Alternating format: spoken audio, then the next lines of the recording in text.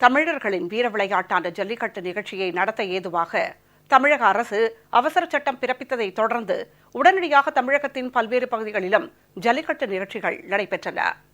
பெருமுயற்சி எடுத்து தடையை நீக்கி ஜல்லிக்கட்டு நடத்த வழிவகை செய்த தமிழக அரசுக்கு அரசியல் கட்சியினரும் பல்வேறு சமுதாய அமைப்புகளும் பொதுமக்களும் மாணவ மாணவிகளும் தங்கள் நெஞ்சார்ந்த நன்றியை தெரிவித்தனர்.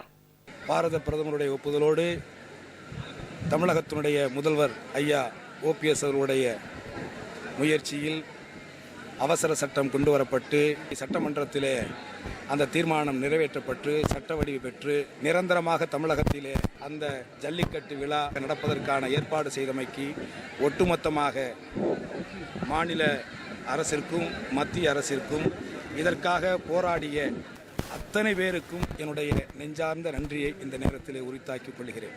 ஒட்டுமொத்த தமிழர்களின் உணர்வுகளை மதிக்கின்ற வகையிலே தான் மாண்புமிகு முதலமைச்சர் அவர்கள் விரைவாக நடவடிக்கை எடுத்து பாரத பிரதமரை சந்தித்து ஒரு சட்ட வரைவு கொடுக்கப்பட்டு குடியரசுத் தலைவர் அவர்களின் ஒப்புதல் பெறப்பட்டு மாநில கவர்னர் அவர்களாலே இந்த அவசர சட்டம் பிறப்பிக்கப்பட்டுள்ளது.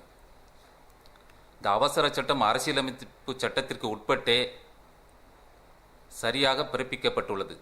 இந்த அவசர சட்டம் சட்டசபையிலே தாக்கல் செய்து அது ஒரு சட்டமாக உருவாக்கப்பட்டு குடியரசுத் தலைவரின் ஒப்புதலுக்கு அனுப்பப்பட்டு அது நிரந்தர சட்டமாகும்.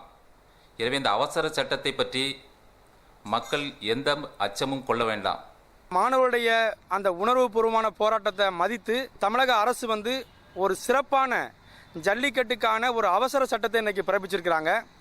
இந்த அவசர சட்டத்தை மாண்புமிகு தமிழக முதலமைச்சர் அவர்கள் சட்டப்பேரவையிலும் கூட இதை வைத்து நிரந்தர சட்டமாக அது ஆக்கப்பூர்வமாக தெரிவித்திருக்கிறாங்க. எனவே இயற்றப்பட்டிருக்கிற இந்த அவசர சட்டம் ஜல்லிக்கட்டுக்கு ஒரு நிரந்தர சட்டம் என்பது உறுதியாகிறது.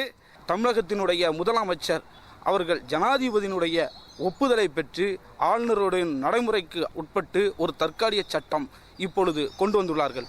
எப்போதும் ஒரு சட்டம் கொண்டு வரும்போது தற்காலிக சட்டம் தான் கொண்டு வர முடியும்.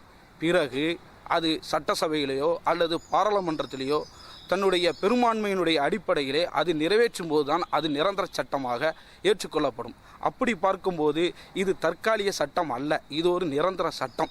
இதனிடையே ஜல்லிக்கட்டு நடத்த நடவடிக்கை எடுத்த தமிழக அரசுக்கும் முதலமைச்சருக்கும் தமிழ்நாடு தொடக்கப்பள்ளி ஆசிரியர்கள் கூட்டணி சார்பில் நாகையில் நடைபெற்ற மாநாட்டில் நன்றி தெரிவித்து தீர்மானம் நிறைவேற்றப்பட்டது.